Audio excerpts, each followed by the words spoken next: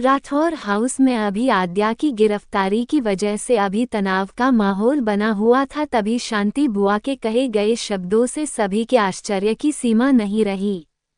शांति बुआ और माया चाची आगे आई और शांति बुआ कहने लगी, आप सबकी लाडली को मैंने गिरफ्तार करवाया है, उसको उसकी सही जगह मैंने पहुंचाया है। वो बहुत नाच रही थी ना मेरे सिर पे, और आप सब ने तो उसे देवी मानकर पूजना भी शुरू कर दिया था। मेरा अंदर ही अंदर कलेजा जलता था जब उस आद्या को जय के साथ देखती। मैं अब तक चुप थी, लेकिन कुछ दिनों पहले मुझे कोई मिला जिसने मुझे आद्या के खिलाफ वो सबूत दिए जो मृत्युंजय को भी नहीं दिए।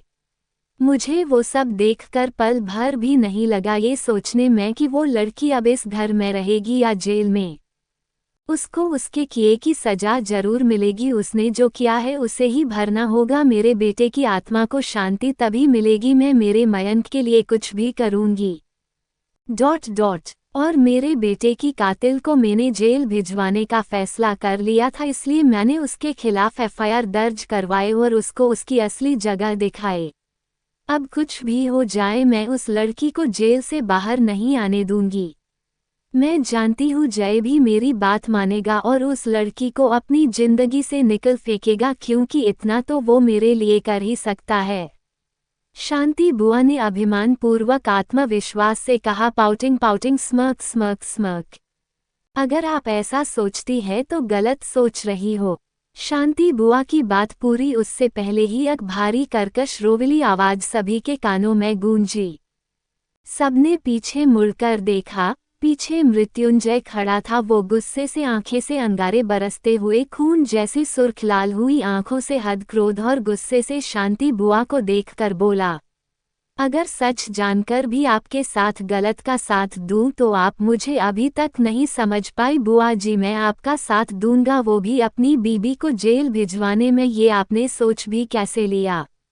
मृत्युंजय गुस्से से एक एक वर्ड चबा चबा कर बोल रहा था, पाउटिंग। उसकी आंखें गुस्से से लाल हो चुकी थीं जब उसने सुना कि आद्या को पुलिस ले गई है। पाउटिंग। मृत्युंजय गुस्से में बुआ को देखकर बोला, वैसे तो यहाँ मैं किसी को सफाई देने नहीं आया, पर जिन जिन लोगों को मेरी बीबी के साथ गलत किया है उन लोगों को वार्न करने आया हूँ। समय रहते अपने आप को मजबूत कर ली उससे माफ़ी मांगने के लिए, और जिन लोगों ने उसे जिस जुर्म के लिए जेल भेजने की तैयारी की है ना उन लोगों को कुछ बताने और दिखाने आया हूँ। इसके बाद मृत्युंजय ने एक पेन ड्राइव निकाली और घर के बड़े से डिजिटल तब में लगाया और टीवी ऑन कर दिया। टीवी ऑन होते ही टीवी की स्क्रीन पे जॉय का वो वीडियो चलने लगा जिसमें वो मृत्युंजय को मयंक का सारा सच बता रहा था। जैसे जैसे वीडियो आगे बढ़ रहा था सब लोगों का शांति के लिए गुस्सा बढ़ता ही जा रहा था। वीडियो खत्म होने के बाद दादी शांति बुआ के पास गईं और जोरदार तमाचा उनके गाल पे मारकर बोली, ...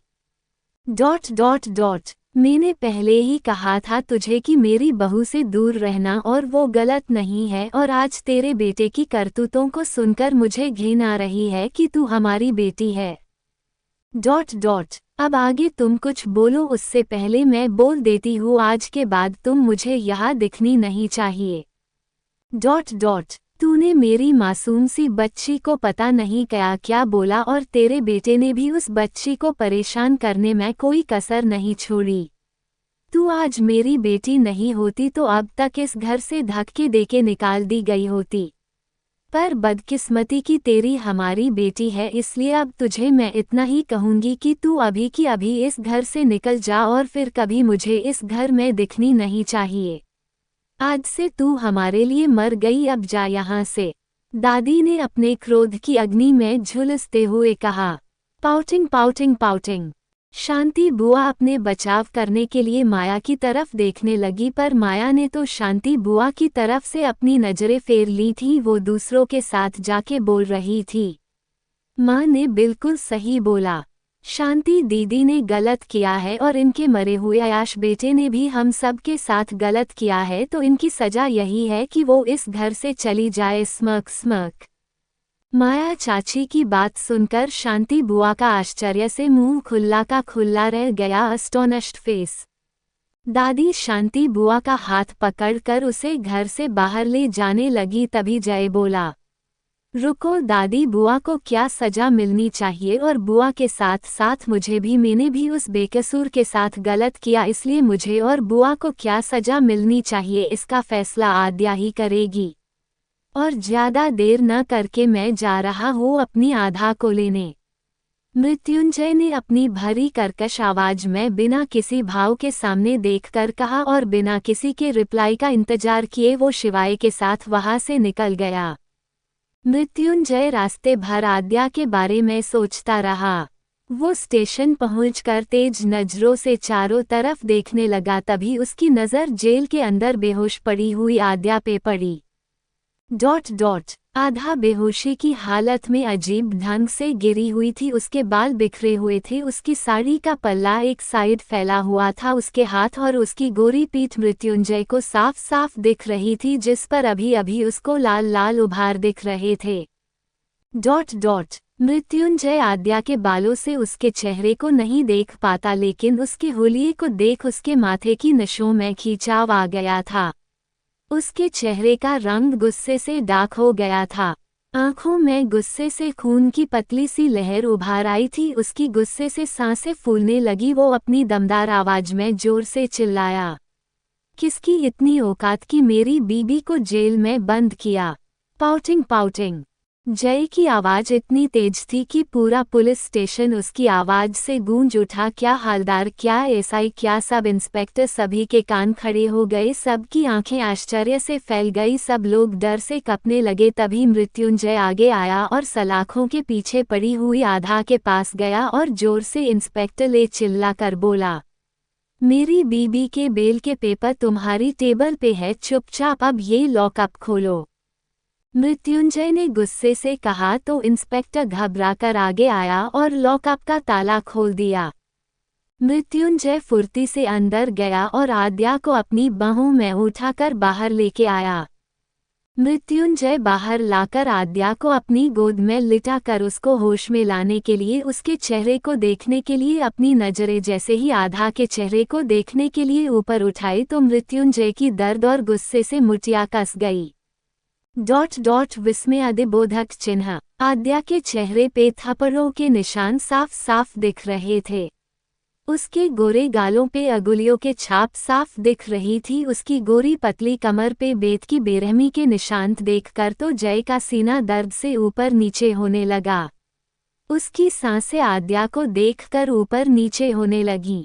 आद्या के गले पे हल्की चोट के निशान थे। उसकी कलाई की चूड़ियां टूटी हुई थीं। दूसरे हाथ में कुछ चूड़ियां बची हुई थीं जो आधी टूटकर उसकी कलाई में लटकी हुई थीं।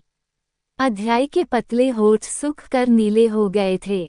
मृत्युंजय आद्या की ऐसी हालत देखकर गुस्से से अपनी तेज आवाज में पूरे जोश के साथ चिल्ला कर कहा, जिसने भी मेरी बीबी के साथ ये किया है वो अपना सस्पेंड लेटर के साथ अपनी इसी ही हालत को देखने के लिए तैयार हो जाए।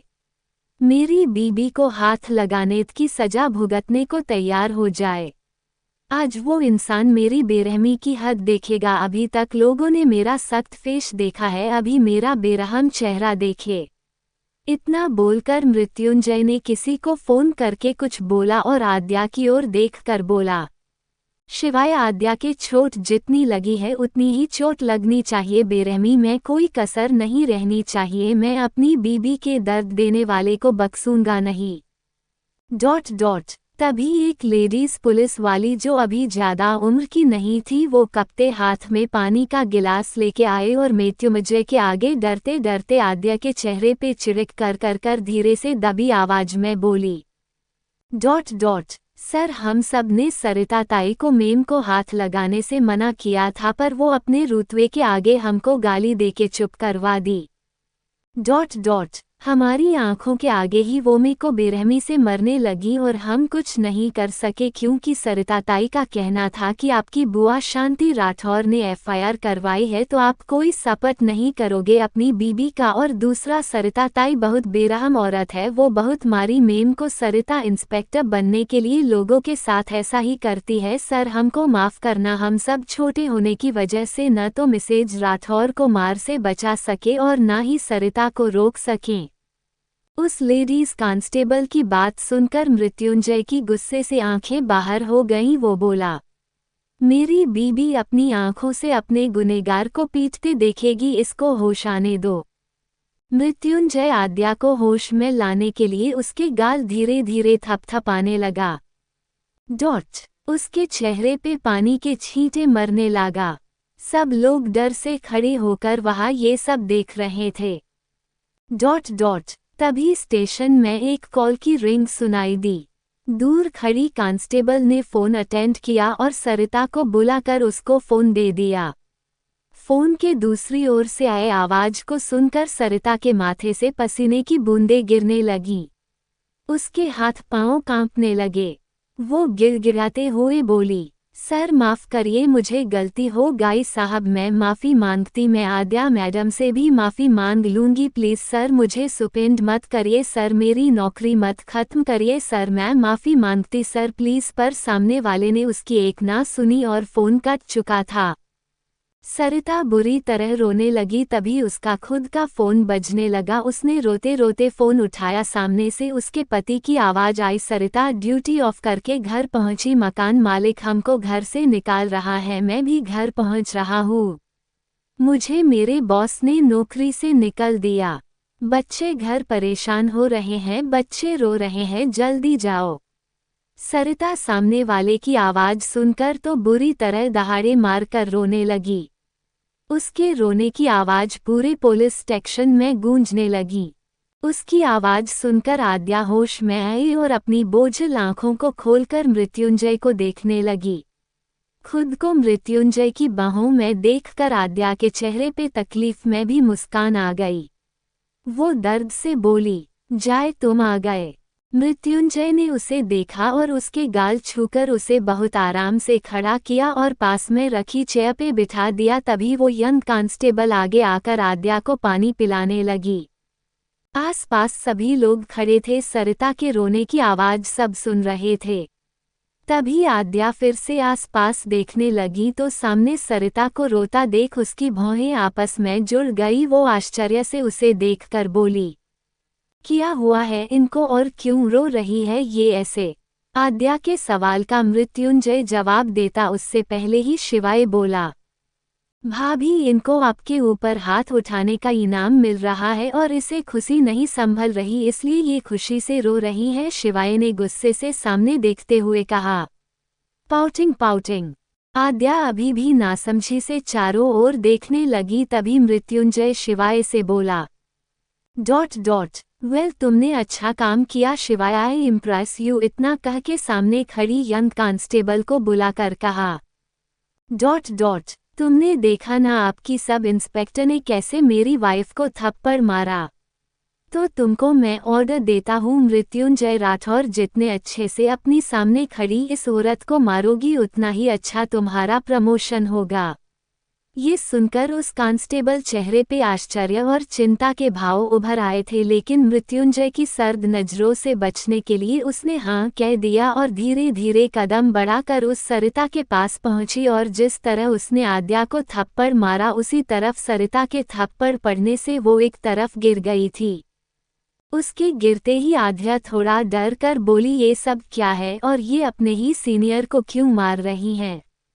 क्या कर रहे हो तुम ये सब? जय मेरी कुछ भी समझ नहीं आ रहा, आद्या ने नासमझी के साथ कहा। मृत्युंजय ने आद्या के मासूम चेहरे को अपने सीने में छुपाया और बोला, तुम अब घर चलो, बहुत हो गया ये ड्रामा और बहुत झेल लिया तुमने। इतना कह के मृत्युंजय शिवाय को बोला, याद रहे अपनी भाभी की हर तकलीफ को अच्छे से फील करके आना और जब तक आना मत। शिवाय ने धीरे से बोला, जी भैया। मृत्युंजय आद्या को अपनी बाहों में लेके आ गया था। उसके चेहरे पे असीम गुस्सा था, पाउटिंग पर अभी तो आद्या को देखकर शांत था, क्योंकि वो आधा के आगे अपने गुस्से को दिखाना नहीं चाहता था। मृत्युंजय के जाते ही रोहित और शिवाय दोनों ने जॉय को पुलिस के हवाले कर दिया था और सारे सबूत भी पुलिस को थमा दिया थे। आगे का पार्ट नेक्स्ट वीडियो में। आज का पार्ट कैसा था कमेंट जरूर करें।